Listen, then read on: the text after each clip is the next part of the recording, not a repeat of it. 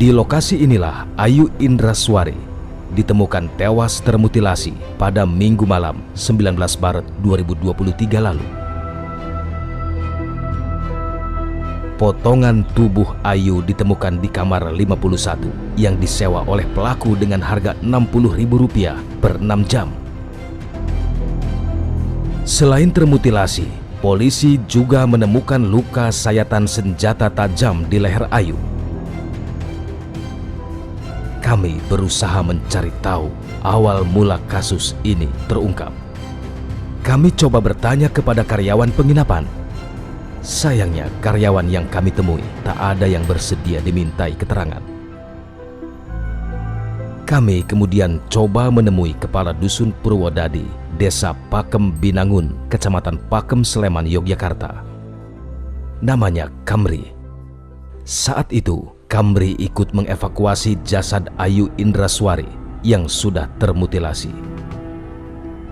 Cukup mengerikan, itulah kata pertama yang keluar dari mulut Kamri saat berbincang dengan kami.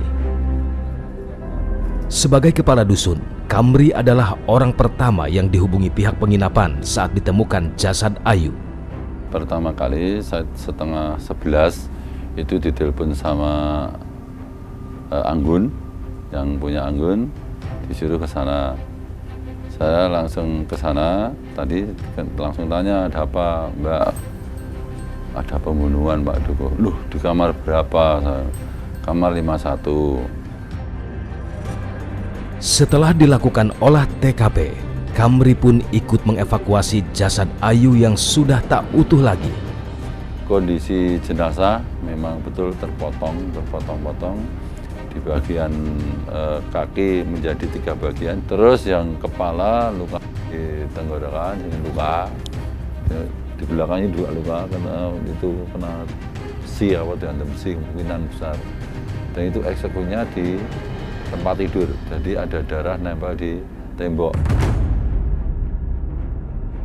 Kamri mengaku sempat bertemu dengan orang tua Ayu di Rumah Sakit Bayangkara, Yogyakarta.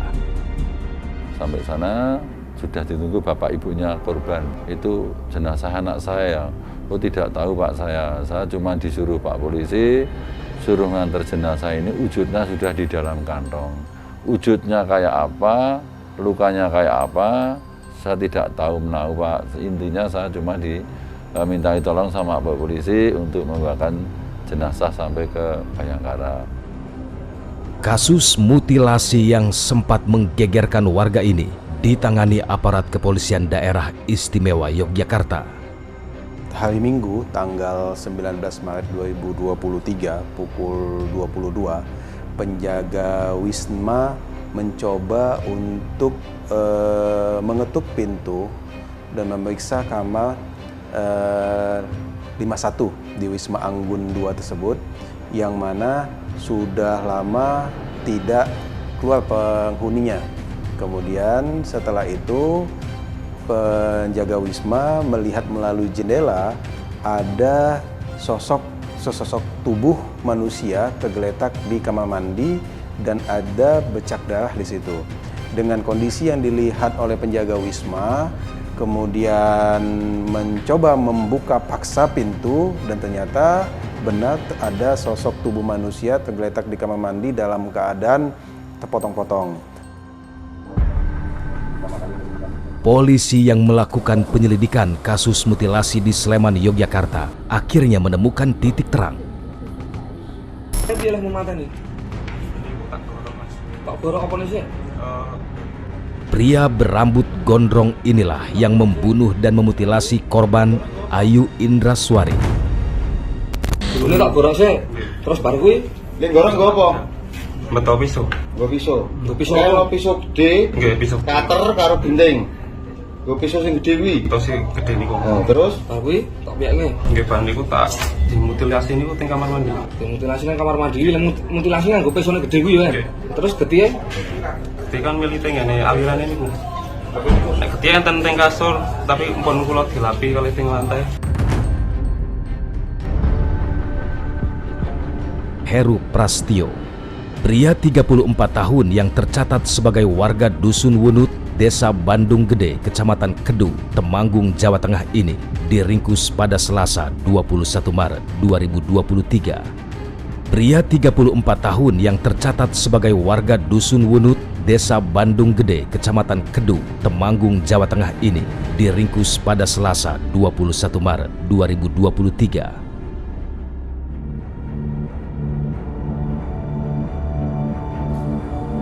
Setelah dilakukan penyidikan mendalam, Heru Prastio akhirnya ditetapkan sebagai tersangka dalam kasus mutilasi ini.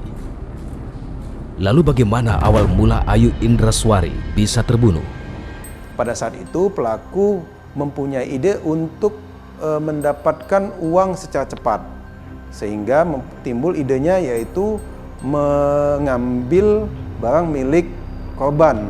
Pada saat itu pelaku menghubungi ada 3 teman pelaku, 3 orang gadis teman pelaku yang untuk diajak ketemu. Namun yang hanya mau ketemu yaitu hanya korban saja dan dibawa ke Wisma Anggun 2 tersebut dan kemudian terjadilah pembunuhan itu. Dan inilah barang bukti yang disita polisi terkait kasus mutilasi yang dilakukan oleh Heru Prastio.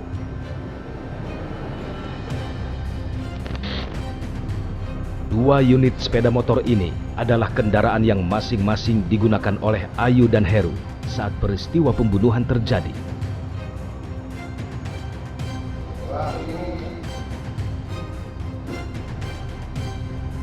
Rupanya Heru sudah merencanakan pembunuhan terhadap Ayu.